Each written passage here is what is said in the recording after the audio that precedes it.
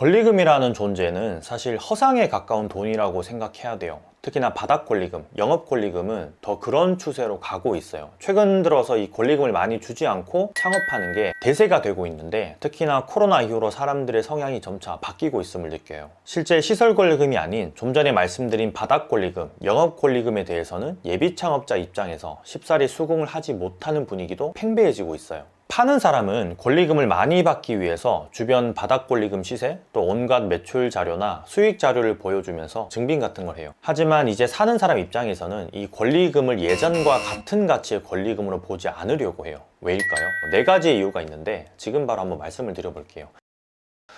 첫 번째는 예전에도 그랬지만 더 이상 보존받지 못하는 돈이라는 생각이 지배적이라서 그래요. 법적인 부분을 떠나서 과연 내가 바닥 권리금으로 1억을 줬을 때 이걸 회수할 수 있을까를 먼저 생각한다라는 거예요. 코로나가 사실은 이런 사태를 많이 부추겼어요. 코로나로 인해서 바닥 권리금도 회수하지 못한 사람들이 넘쳐나거든요. 물론 다시 이런 전염병이 생긴다는 보장은 없지만 혹시라도, 아니면 무언가 사회적인 변수가 생겨서 경기 침체로 인해서 권리금을 온전히 회수하지 못할 거라는 생각을 많이들 해요. 제가 예전에도 몇 번 말씀드린 적이 있는데, 명동에 5억 가까이 바닥 권리금을 주고 들어간 오 대표님이라고 계시거든요. 그 매장 하나 때문에 홍대, 신촌 이런 데 있는 가게까지 위태위태해졌어요.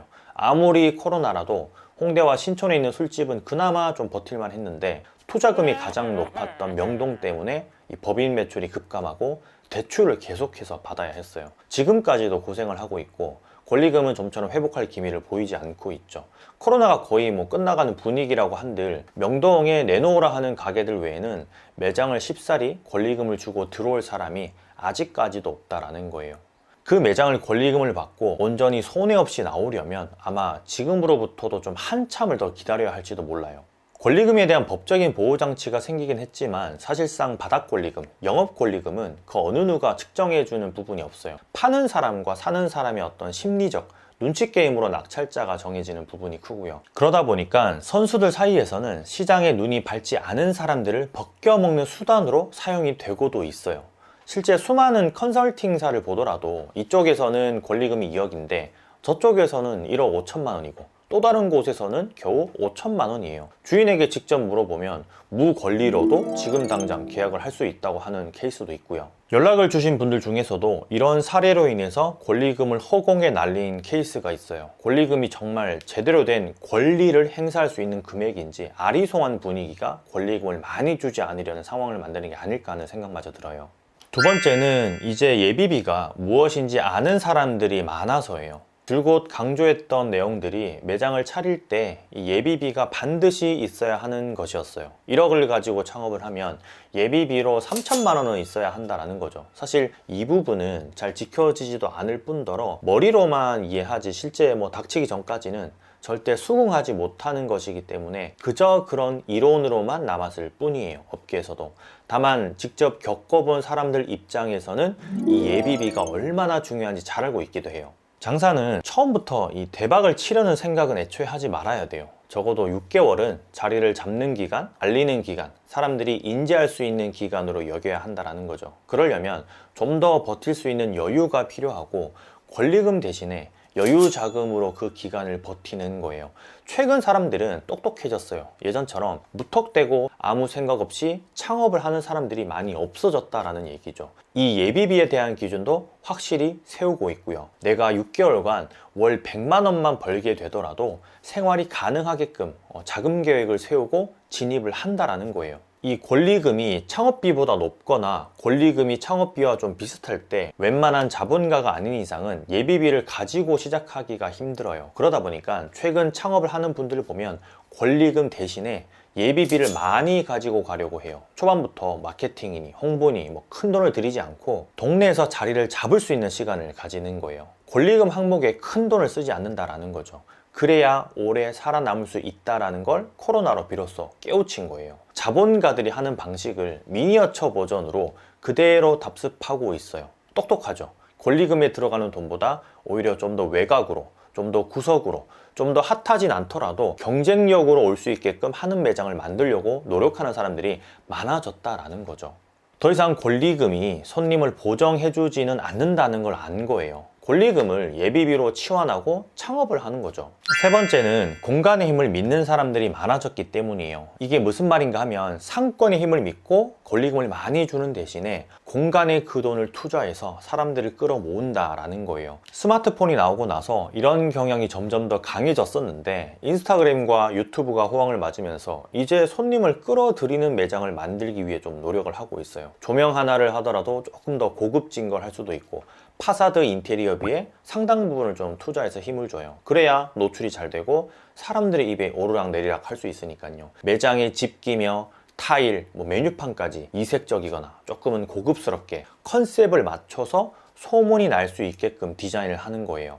신림에서 매장을 3개 하고 있는 한 대표님도 매장 컨셉에 맞는 그릇을 구하기 위해서 일주일을 돌아다니다가 결국은 수입을 하시더라고요. 일반 사람들이 보기에는 좀 집착하는 거 아니냐 그렇게 할 정도로 좀 세밀함이 돋보이는 거죠. B2K의 김도현 대표나 배문진 대표도 그릇 하나, 집기 하나 그런 걸 선택할 때 온갖 심혈을 기울여요. 투자할 곳에는 과감히 투자를 하고요. 권리금을 많이 주지 않는 전략을 취하니까 가능한 거예요. 그 돈으로 오히려 좀 시설, 집기, 컨셉에 투자를 더 하는 거죠. 사실 바닥 권리금, 영업 권리금을 시설에 투자한다는 건 정말 엄청난 고퀄의 매장이 탄생될 수 있는 수학 공식이 나와요. 자금이 부족해서 어쩔 수 없이 겨우겨우 시설 투자를 한 것과 그렇지 않은 곳은 느껴지는 분위기가 아예 달라지거든요. 물론 싸게 잘 흥정해서 좋은 분위기를 뽑아내는 게 우선이겠지만 세상에 싸고 좋은 건 그리 흔하지 않아요. 버거킹, 공차, GS 이런 여러 프랜차이즈에서 전략 점포 개발을 수년간 했던 이홍규 상권 분석 전문가는 얼마 전 똑사모 세미나에서 가성비 점포 개발에 대한 전략을 제시했었어요. 돈을 많이 주면 좋은 자리는 널렸지만 적게 줘도 가성비 있는 자리를 충분히 찾을 수 있는 방법도 있었고요. 요즘 사람들은 앞서 이야기한 이런 방법들을 잘 알고 또 그만큼 이해하고 있는 것 같아요. 권리금을 아껴서 시설에 투자하고 가성비 있는 상권과 입지를 찾아서 매력 있는 공간을 연출한다. 사람들이 오게끔 만드는 전략이 가능한 이유이지 않을까 싶어요.